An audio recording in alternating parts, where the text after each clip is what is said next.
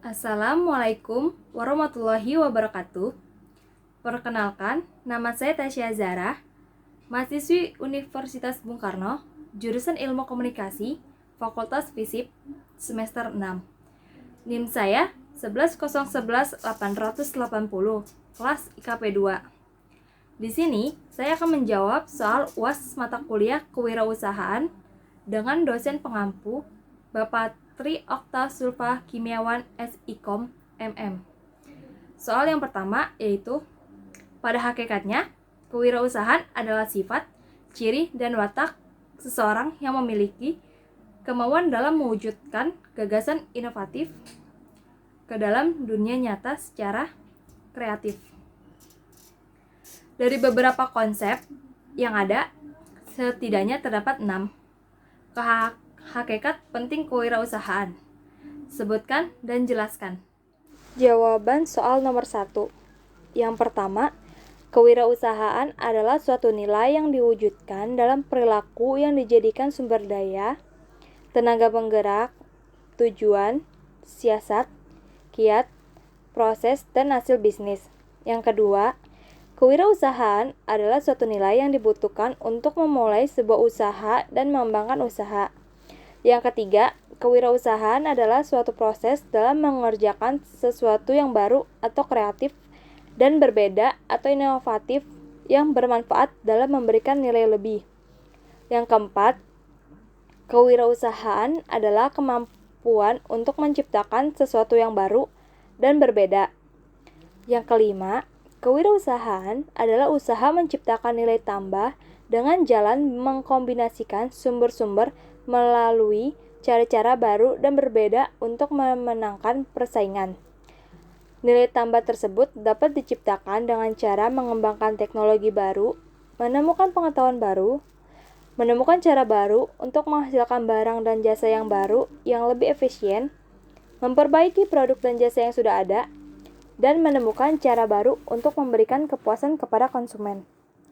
Yang keenam, kewirausahaan adalah suatu proses penerapan kreativitas dan keinovasian dalam memecahkan persoalan dan menemukan peluang untuk memperbaiki kehidupan usaha. Soal yang kedua. Menurut Zimmerer, ada 7 faktor yang menyebabkan wirausahaan gagal dalam menjalankan usaha barunya. Sebutkan dan jelaskan. Jawaban soal nomor 2. Yang pertama, tidak kompeten dalam manajerial, tidak kompeten atau tidak memiliki kemampuan dan pengetahuan mengelola usaha merupakan faktor penyebab utama yang membuat perusahaan kurang berhasil. Yang kedua, kurang berpengalaman. Pengalaman yang dimaksud baik dalam kemampuan mengkoordinasikan, keterampilan mengelola sumber daya manusia, maupun kemampuan mengintegrasikan operasi perusahaan. Yang ketiga, kurang dapat mengendalikan keuangan. Keuangan adalah faktor yang harus diperhatikan agar perusahaan dapat berhasil dengan baik. Faktor yang paling utama dalam keuangan adalah memelihara aliran kas, mengatur pengeluaran dan penerimaan secara cermat. Kekeliruan dalam memelihara aliran kas akan menghambat operasional perusahaan dan mengakibatkan perusahaan tidak lancar. Yang keempat, gagal dalam perencanaan. Perencanaan merupakan titik awal dari suatu kegiatan. Sekali gagal dalam perencanaan, maka akan mengalami kesulitan dalam pelaksanaan. Yang kelima, lokasi yang kurang memadai. Lokasi usaha yang strategis merupakan faktor yang menentukan keberhasilan usaha. Yang keenam, kurangnya pengawasan. Pengawasan erat kaitannya dengan efisien dan efektivitas. Kurang pengawasan dapat mengakibatkan penggunaan alat tidak efisien dan tidak efektif. 7. Sikap yang kurang sungguh-sungguh dalam berusaha. Sikap yang setengah-setengah terhadap usaha akan mengakibatkan usaha yang dilakukan menjadi labil dan gagal. Dengan sikap setengah hati, kemungkinan gagal menjadi besar. Selanjutnya, soal yang ketiga. Untuk memulai suatu usaha, Pada dasarnya, sumber permodalan dapat diperoleh melalui modal sendiri dan pinjaman bank. Jelaskan. Jawaban soal nomor 3. Modal merupakan salah satu faktor terpenting dari kegiatan produksi. Bagi perusahaan yang baru berdiri atau mulai menjalankan usahanya, modal digunakan untuk dapat menjalankan kegiatan usaha. Sedangkan bagi perusahaan atau bidang usaha maupun bisnis yang sudah berdiri lama, modal biasanya digunakan untuk dapat mengembangkan usaha maupun memperluas pangsa pasar dari bisnis dan usaha tersebut. Bagi para pengusaha, hendaknya harus bisa menggunakan atau memanfaatkan modal dengan seoptimal mungkin, yang nantinya diharapkan akan dapat memberikan keuntungan yang lebih maksimal bagi perusahaan yang sedang dikelola. Sumber pemodalan usaha umumnya dibedakan menjadi 2 sumber, yaitu permodalan dari dalam perusahaan atau internal dan permodalan dari luar perusahaan atau eksternal. 1. Modal internal yaitu modal yang berasal dari hasil atau keuntungan dari setiap aktivitas atau kegiatan usaha. Modal internal dapat bersumber dari laba ditahan, akumulasi penyusutan, dan beberapa sumber modal lainnya. Jadi, intinya adalah setiap perusahaan wajib menahan beberapa keuntungan dari usahanya untuk mengganti dana penyusutan barang-barang yang mereka gunakan dalam produksi atau dalam menjalankan usaha. Nah, dana ini yang bisa kita sebut sumber modal internal. 2.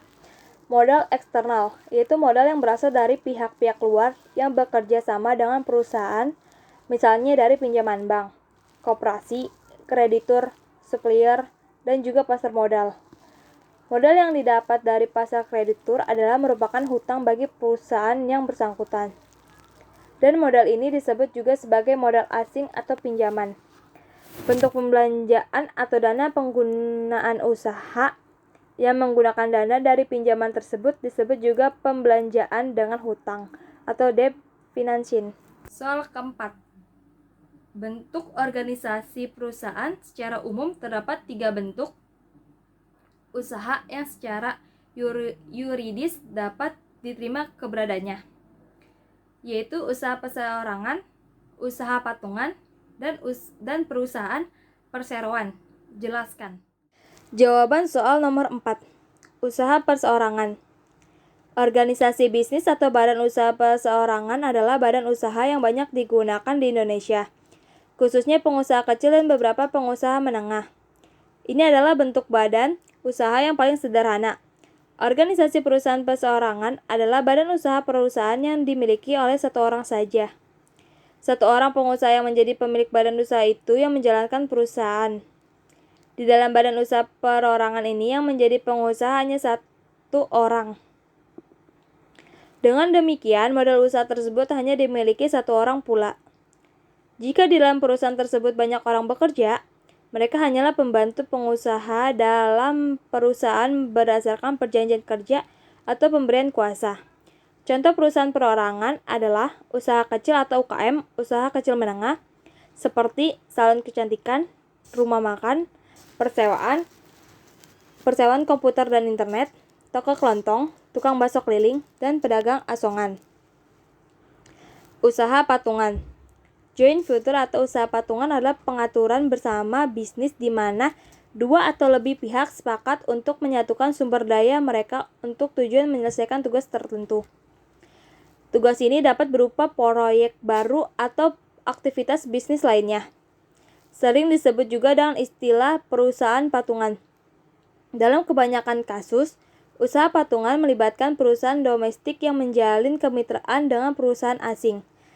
Pengaturan ini biasanya membutuhkan komitmen dan kerjasama strategis masing-masing pihak dan menyetujui rencana bersama.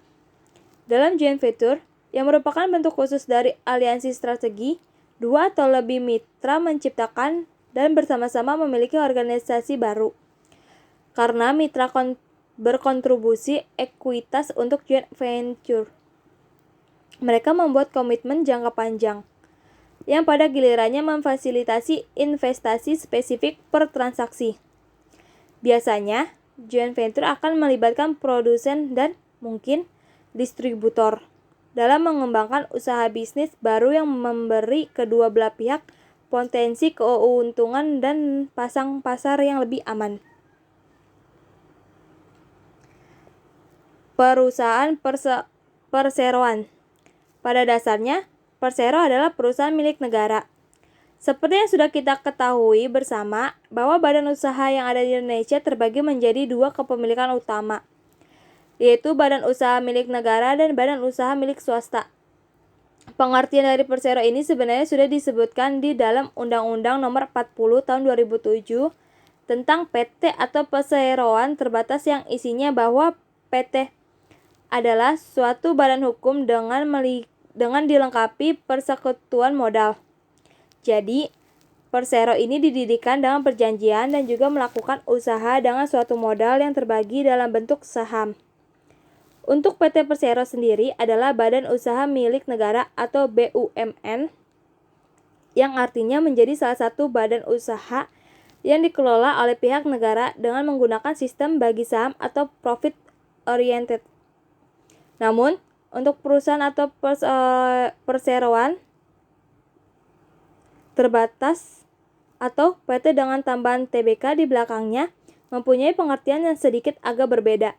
Jadi, dalam hal ini TBK adalah kepanjangan dari terbuka, yang mana perusahaan berbasis TBK menandakan bahwa saham dari perusahaan tersebut berada dalam pasar modal, sehingga masyarakat luas bisa turut mempunyai saham dari perusahaan yang berbasis TBK sesuai dengan pasal 1 ayat 7 dalam Undang-Undang PT.